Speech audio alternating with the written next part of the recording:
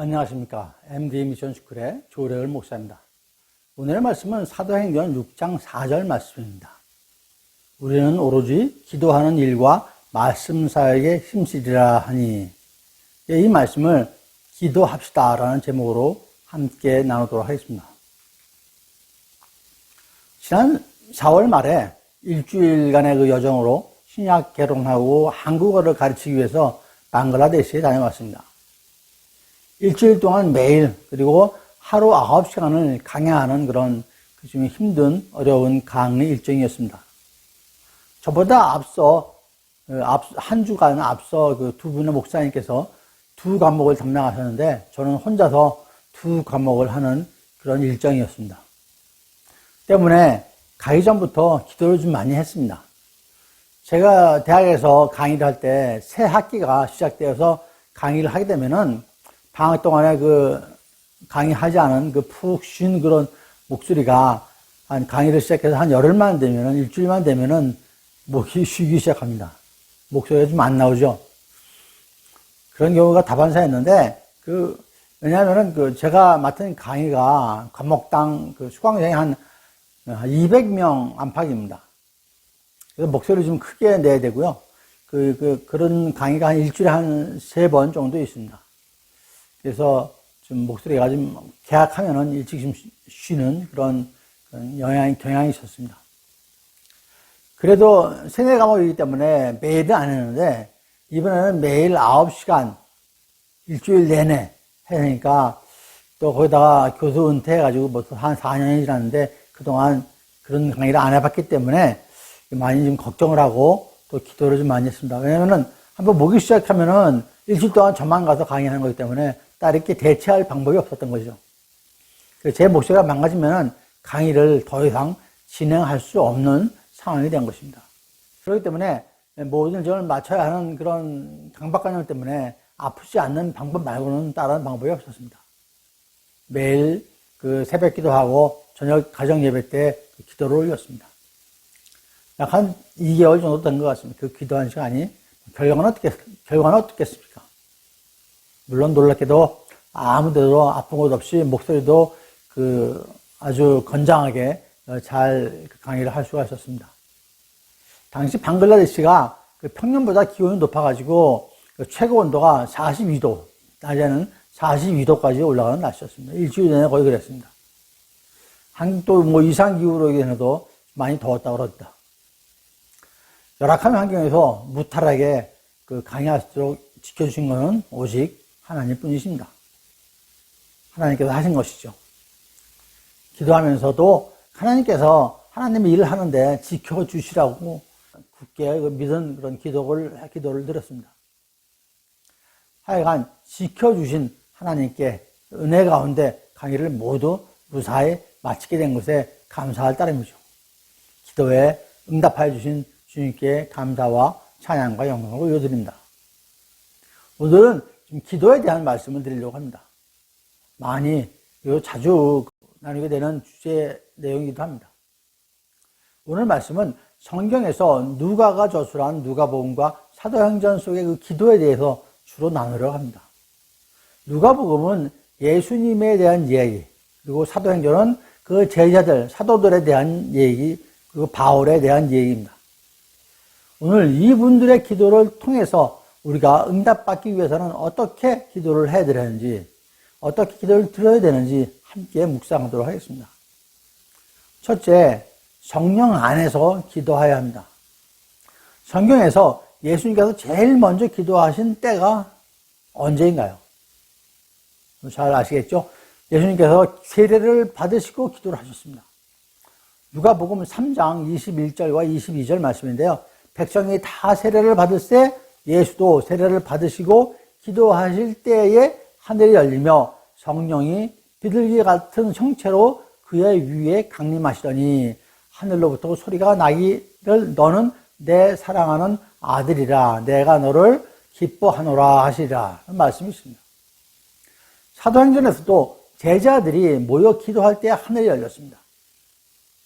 사도행전 2장 4절 말씀에 그들이 다 성령의 충만함을 받고 성령이 말하게 하심을 따라 다른 언어로 말하기를 시작하니라 라고 하면서 앞서 1절부터 3절에서 오순절 날이 이미 이름에 그들이 다 같이 한 곳에 모였더니 호련히 하늘로부터 급하고 강한 바람 같은 소리가 있어 그들이 앉은 온 집에 가득하며 마치 불의 혀처럼 갈라지는 것들이 그들에게 보여 각 사람 위에 하나씩 임하여 있더니 라고 말씀해 주십니다. 하늘이 열려야 임하시겠죠? 그 4절에 제자들이 방언 기도를 하는 것입니다. 여기서 그들은 1장에서 마가의 다락방에서 기도하던 12제자와 여인들을 포함해서 120명이었을 것입니다.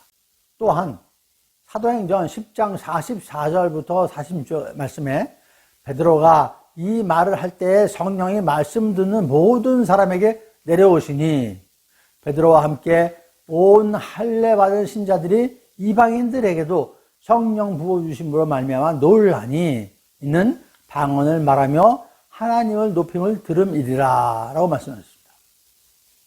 여러분, 기도는 성령과 함께 성령 안에서 드리는 기도가 되어야 됩니다. 그래야 하늘 문이 열립니다. 기도의 문이 열리는 것이죠. 바울 사도는 에베소서 6장 18절과 19절 말씀입니다.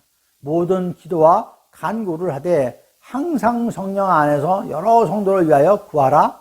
또 나를 위하여 구할 것은 내게 말씀을 주사 나로 입을 열어 복음의 비밀을 담대히 알리게 하소서 할 것이니 라고 하셨습니다. 항상 성령 안에서 기도하고 그러기 위하여 깨어 구하기를 힘쓰라고 하십니다. 신약성경의 그 유다서 1장 20절에서 사랑하는 자들아 너희는 너희의 지극히 거룩한 믿음 위에 자신을 세우며 성령으로 기도하며 라고 기록하고 있습니다. 우리나라 번역은 성령으로 기도하라 라고 했지만 영어 성경은 in the Holy Spirit, 즉 성령 안에서 기도하라고 번역이 되어 있습니다. 물론 헬라어 원본도 성령 안에서로 되어 있죠. 그러면 실제 그 성령 안에서 이게 무슨 의미일까요? 로마서 8장 26절 말씀에 이와 같이 성령도 우리의 연약함을 도우시나니 우리는 마땅히 기도할 바를 알지 못하나 오직 성령이 말할 수 없는 탄식으로 우리를 위하여 친히 간구하시느니라 라고 하십니다. 이어서 27절에 마음을 살피시는 이가 성령의 생각을 아시나니 이는 성령이 하나님의 뜻대로 성도를 위하여 간구하심이라 라고 말씀하십니다. 답은 여기 있습니다. 여러분, 기도는 나의 뜻을 하나님께 이야기하여 관철시키는 게 아니죠. 하나님의 뜻에 따라 합당한 기도를 구하여야 합니다. 그런데 우리 인간이 스스로 하나님의 뜻을 알 수가 있기가 쉽지가 않죠. 근데 누구는 다 아시죠? 성령님은 다 아십니다. 하나님의 뜻을. 그러니까 나의 상황에 대한 하나님의 뜻을 성령님께서 알고 계신 것이죠. 나의 상황에서 내 눈으로 보면은 인간적인 생각, 세상적인 생각, 육신적인 생각뿐이지만 성령님은 그 상황에 대해서 나에 대한 하나님의 뜻을 알고 계신 것이죠. 그 차이를 아시는 성령님이시니까 말할 수 없는 탄식으로 간구할 수밖에 없을 것입니다. 존 파이퍼 목사님께서는 성령 안에서 기도하는 방법을 하나님의 사랑에 의지하여 기도하는 것이라고 말씀하셨어요. 갈라디아서 3장 5절 말씀에 너희에게 성령을 주시고 너희 가운데서 능력을 행하시는 이의 일이 율법의 행위에서냐 혹은 듣고 믿음에서냐라고 하십니다. 즉 우리가 복음의 약속을 듣고 믿을 때, 그리스도의 복음을 듣고 믿을 때 성령이 임하시는 것이고 능력을 행하시는 것입니다. 믿음 안에서 믿음으로 기도할 때 믿음을 통하여 성령께서 함께 하시는 것입니다. 그렇습니다. 내 뜻, 내 생각, 내 의지로 기도하는 것이 아니라 나의 모든 상황을 아시고 하나님의 뜻을 아시는 성령님의 뜻대로 이루어지는 기도가 되어야 할 것입니다. 그래야 응답받는 기도가 되는 것입니다. 기도마다 성령과 함께 하시어 응답받으시는 여러분 모두가 되시기를 축원드립니다.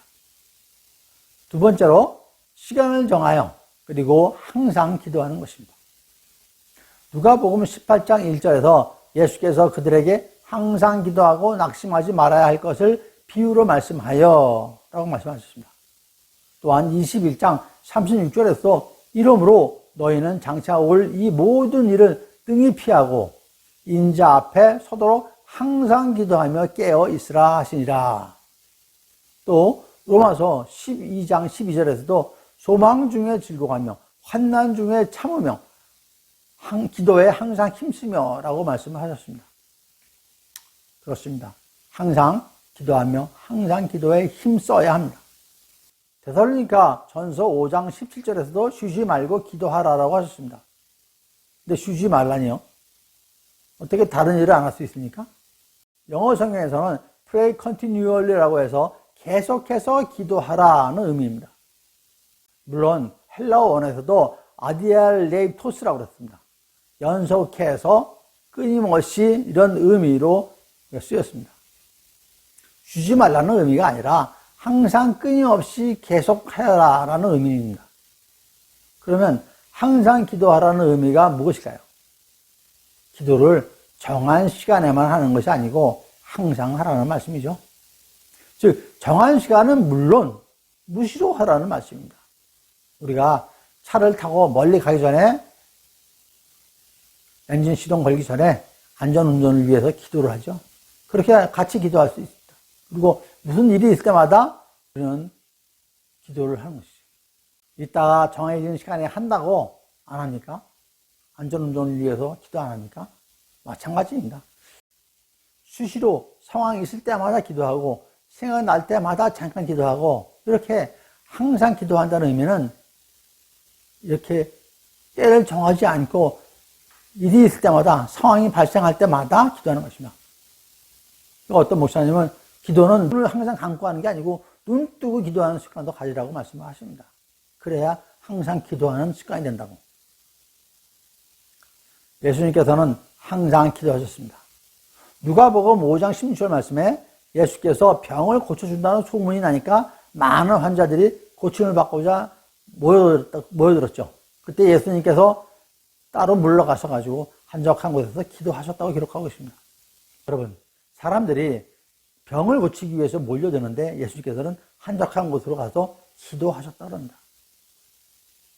무슨 의미인가요? 병을 고치는 것보다 더 중요하고 우선되는 것은 기도입니다. 기도로 하나님께 나에게 능력을 주십시오 하고 먼저 기도를 해야 그 능력 받아서 병 고침을 행할 거 아니겠습니까? 또한 6장 12절에서는 예수님께서 12제자를 택하기 전날 밤에 산에 올라가셔가지고 밤새 기도하셨습니다. 예수님께서 철야 기도를 하신 것입니다. 12제자를 세우기 전에 철야 기도를 하셨어요. 9장 18절에서는 오병이어의 이적을 행하시고 따로 기도하셨습니다. 뿐만 아니라 예수님께서는 산기도를 좋아하시죠. 28절에서는 변화산 사건이 있을 때도 예수님께서는 기도하기 위하여 베드로, 요한, 야고보를 데리고 산에 올라가셨습니다. 그리고 기도하실 때에 용모가 변하고 옷에서 광채가 나왔다고 기록을 하고 있습니다. 22장 39절에서는 예수께서 나가사 습관에 따라 감람산에 가심에 그곳에 이르러 그들에게 이르되 유혹에 빠지지 않게 기도하라 하시고 그들을 떠나 돌 던질 만큼 가서 무릎 꿇고 기도하여 라고 기록이 되어 있습니다. 예수님께서 새벽 기도를 하신 것입니다. 이렇듯 예수님께서 습관에 따라 기도를 하십니다. 항상 습관에 따라 기도를 하셨죠. 기도는 이렇게 무시로 하는 것뿐만 아니라 정기적으로 시간을 정해놓고도 해야 합니다. 여러분, 건강의 비결이 뭐죠? 잘 먹고 잘 소화를 시켜야 됩니다. 잘 먹고 잘 소화시키려면 먹는 때를 지켜야 됩니다. 제 시간에 식사를 하셔야죠. 삼시세끼는 제 시간에 해야 위장이 튼튼해집니다. 그러니 정해진 시간에 습관적으로 기도하는 것은 기본인 것이죠. 사도행전 3장 1절 말씀에 베드로와 요한이 제9시 기도 시간에 성전에 올라갔다라고 기록하고 있습니다. 우리 시간으로 따지면 오후 3시 정도가 됩니다. 이방인인 고넬료도 그 시간에 기도했다고 기록되어 있습니다. 10장 30절에 고넬료가 이르되 내가 나흘 전 이맘때까지 내 집에서 제9시 기도를 하는데 라고 기록되어 있죠. 또한 베드로는 제6시에 기도했다고 기록이 되어 있습니다. 사도행전 10장 9절 말씀에 이튿날 그들이 길을 가다가 그 성에 가까이 갔을 그때에 베드로가 기도하려고 지붕에 올라가니 그 시각은 제6시더라 라고 되어 있습니다. 6시면은 정오의 시간입니다. 제가 방글라데시에 갔을 때 새벽마다 잠자는데 사이렌이 울리는 거예요. 며칠 후에 그거 선교사님께 여쭤보니까 기도하라고 일어나는 거랍니다. 무슬림 국가거든요. 95%가 무슬림입니다. 기도하라고 사이렌을 울리면서 깨우는 겁니다. 역시 무슬림은 기도에 철저하다는 생각을 다시 한번 했습니다. 그들은 새벽 5시, 오후 1시, 오후 3시, 오후 6시, 7시 하루에 5차례 기도를 합니다. 새벽에 기도를 알리는 그런 사이렌을 갖다 아즈안이라고 그러더라고요. 우리 기독교는 얼마나 기도를 하나요? 여러분들은 정해 놓으신 기도 시간이 있으십니까? 저는 이제 새벽 기도하고 저녁에 밤 9시에 가정 예배를 드리고 있는데 그때 이제 기도를 합니다. 주님께 아침 인사 그리고 저녁 인사를 드린 거죠. 정해진 기도 시간은 누구에게는 부담일 수 있습니다. 그러나 그 부담은 거룩한 부담입니다. 하나님의 자녀인 여러분들도 사랑하시는 그 주님과 굿모닝 인사, 그 굿나잇 인사를 드리시기를 권면드립니다. 셋째, 깨어 이웃을 위하여 힘써 감사함으로 기도하는 것입니다. 그러면 이제는 어떻게 기도를 하여야 하는지 알아보도록 하겠습니다. 사도행전 2장 42절에 그들이 사도의 가르침을 받아 서로 교제하고 떡을 떼어 오로지 기도하기를 힘쓰니라 라고 했고 6장 4절에서도 사도들이 구제와 접대하는 일까지 하다 보니까 안 되겠다 싶었던 것입니다. 그래서 7 일꾼을 뽑아야겠다고 하면서 우리는 오로지 기도하는 일과 말씀 사역에 힘쓰리라. 오늘의 본문이죠. 그렇게 그 제자들이 얘기한 것이죠. 누가복음 21장 36절에서도 이러므로 너희는 장차 올 이 모든 일을 능히 피하고 인자 앞에 서도록 항상 기도하며 깨어 있으라 하시니라. 라는 말씀하십니다. 이어서 22장 44절에서 예수님의 간절한 기도를 볼 수가 있죠. 예수께서 힘쓰고 애써 더욱 간절히 기도하시니 땀이 땅에 떨어지는 핏방울 같이 되더라 라고 기록하십니다. 얼마나 간절히 기도하시면 땀이 떨어지고 땀방울이 핏방울이 되겠습니까? 열정적으로 애타게 기도하셨던 것이죠. 마태복음 26장 41절과 마가복음 16장 38절에는 시험에 들지 않게 깨어 기도하라 마음에는 원이로되 육신이 약하도다라고 하십니다. 이 말씀은 예수님께서 겟셋만의 기도로 잘 알려진 내용입니다. 겟셋만에는 그 예루살렘의 동쪽 감난산 기슭에 있는 동산입니다. 여기서 예수님께서는 얼굴을 땅에 대고 엎드려 기도하셨죠. 근데 기도하고 돌아오니까 기다리라고 한 베드로하고 세베다의 그 두 아들들이 자고 있었던 거예요. 누가복음 22장 40절에서는 제자들에게 유혹에 빠지지 않게 기도하라고 하셨습니다. 깨어 있어야 유혹에 빠지지 않습니다. 깨어 있으라는 의미는 영적인 긴장감을 가지고 부지런하게 기도해야 한다는 것이죠. 그리고 힘쓰라라는 것은 열심을 다하라는 것입니다. 그냥 열심히 하라라는 정도가 아니라 땀방울이 핏방울이 되기까지 열심히 하라는 것입니다. 우리가 기도하면서 이 정도로 간절하고 열심으로 하나요? 에스더의 죽음은 죽으리라 그런 각오로 기도하나요? 항상 영적으로 깨어있고 정해진 시간에 기도하면 물론 항상 하나님께 말씀드리고 때로는 수용이 다 할 정도로 간절하게 기도 드려야 할 것입니다. 그러면 어떤 기도를 드려야 하나요? 기도의 내용이 무엇일까요? 골로새서 4장 2절 말씀에 기도를 계속하고 기도에 감사함으로 깨어 있으라 라고 말씀하십니다. 깨어 있으려면 감사한 마음이 있어야 됩니다. 깨어 있는 것하고 감사하는 마음하고 무슨 관계가 있을까요?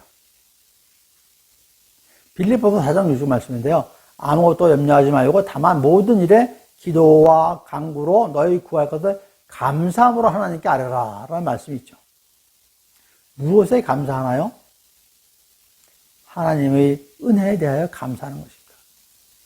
데살로니가 전서 5장 16절과 18절 잘 아시죠? 항상 기뻐하라, 쉬지 말고 기도하라, 범사에 감사하라고 하셨습니다. 디모데전서 2장 1절 말씀에서도 모든 사람을 위하여 간구와 기도와 도구와 감사를 하되라고 하십니다. 하나 더 볼까요? 빌립보서 4장 6절 말씀에 아무것도 염려하지 말고 다만 모든 일에 기도와 간구로 너희 구할 것을 감사함으로 하나님께 아뢰라 라고 되어 있죠. 왜 기도와 감사가 이렇게 붙어 있을까요? 왜 기도와 은혜가 이렇게 붙어 있을까요? 우리가 감사할 것이 무엇일까요? 구원의 은혜죠. 구원의 은혜를 시작해서 모든 것이 주님의 은혜죠. 그러니 감사할 수밖에 없죠. 은혜임을 알고 인정하면 감사할 수밖에 없을 것입니다. 감사하지 않는다는 것은 은혜인 줄 모르는 것이죠. 언어적으로도 감사하다, 이 언어도 여기서 파생이 됐습니다. 유카리스티아라고 그러는데요. 그리스어로 감사라는 뜻입니다. 그런데 이 단어를 살펴보면은 단어 안에 카리스가 있죠. 카리스의 뜻이 무엇입니까? 은혜죠, 은혜. 그레이스. 헬라어 감사 안에 은혜가 있는 것입니다. 더 정확히 말씀드리면 감사를 뜻하는 유카리스티아의 그 어원은 은혜, 곧 카리스에서부터 파생된 거라고 보시면 됩니다. 즉 헬라어 감사는 은혜에서 나온 것이죠. 그럼 은혜와 감사의 관계는 무엇일까요? 받은 은혜에 대하여 돌려주어야 하는 것이 감사인 것이죠. 그래서 기도에는 항상 감사함이 있어야 된다라고 성경에서는 계속 말씀을 하고 계십니다. 여러분, 누가복음 11장에 예수님께서 나병 환자 10명을 깨끗하게 치료해 주셨죠. 그런데 9명은 그냥 가고 한 사람만 예수님께 돌아와서 큰 소리로 하나님께 영광을 돌리며 예수님의 발 아래 엎드려 감사했다고 그럽니다. 그래서 예수님께서 물어보죠. 나머지 9명은 어디 갔냐? 그러니까 돌아오지 않았다라고 대답을 하죠. 그러니까 예수님께서 그 감사를 표현하는 그 한 친구한테 내 믿음이 너를 구원하였느니라 라고 하십니다. 그러면 9명은 병은 치료받았지만 구원까지는 이르지 못한 거죠. 여러분, 병 고침보다 더 귀하고 더 소중한 게 뭐죠? 구원이죠. 감사하는 자는 구원에 이르고 감사하지 않은 자는 그렇지 못하는 극명하게 비교해 주시는 말씀입니다. 또한 내가 아닌 이웃을 위하여 기도하는 것입니다. 도구 기도를 드리는 것이죠. 예수님께서 자신을 위하여 기도하셨나요? 누가복음에 그 예수님의 기도에 대해서 여러 가지가 나오는데 그 중에 딱 한 번 예수님이 자신을 위하여 기도하셨습니다. 잡히기 전에 감난산에서 기도한 내용이죠. 누가복음 22장 42절에 이르시되 아버지여 만일 아버지의 뜻이거든 이 잔을 내게서 옮기시옵소서. 그러나 내 원대로 마시옵고 아버지의 원대로 되기를 원하나이다. 자신을 위하여 기도하지만 이것조차 하나님의 뜻대로 하시옵소서라고 기도합니다. 다른 기도에서는 누가복음 6장 12절에 12제자를 위해서 또 22장 32절에 베드로를 위하여 기도한다라고 기록이 됐죠. 사도행전 4장에서도 바울이 사도들이 기도할 때 자신이 담대히 하나님의 말씀을 전하게 해달라고 기도 요청을 합니다. 성경 어디에도 자신의 기복을 위하여 기도하는 것을 찾아볼 수가 있습니다. 사도 바울은 에베소서 6장 18절에서 모든 기도와 간구를 하되 항상 성령 안에서 기도하고 이를 위하여 깨어 구하기를 항상 힘쓰며 여러 성도를 위하여 구하라라고 하십니다. 이어서 자신을 위한 기도도 자신의 안위를 위해서가 아니라 담대히 복음을 전하게 해달라고 기도 요청을 하는 것이죠. 사도행전 12장에서는 베드로가 옥에 갇혔을 때 교회가 베드로를 위하여 간절히 하나님께 기도했죠. 말씀을 정리하겠습니다. 그리스도인이라면 기도를 접할 그런 기회가 너무나도 많이 있을 것입니다. 그리스도인뿐만 아니라 불교, 이슬람, 카톨릭 등 대부분의 종교가 기도가 있습니다. 주님께서는 주기도문이라는 기도의 가르침이 있습니다. 또한 사도들이 사도행전 6장 4절에서 우리는 오로지 기도하는 일과 말씀 사이에 힘쓰려 하는 것 같이 우리들에게 기도와 말씀은 떼어놓을 수 없는 것들입니다. 그럼에도 불구하고 기도를 어려워하시는 분들이 많이 계십니다.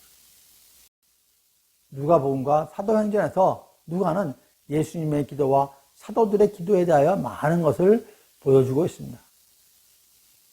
앞서 말씀드렸다시피 기도와 감사 그리고 은혜도 같은 마음에서 나온다고 말씀을 드렸습니다.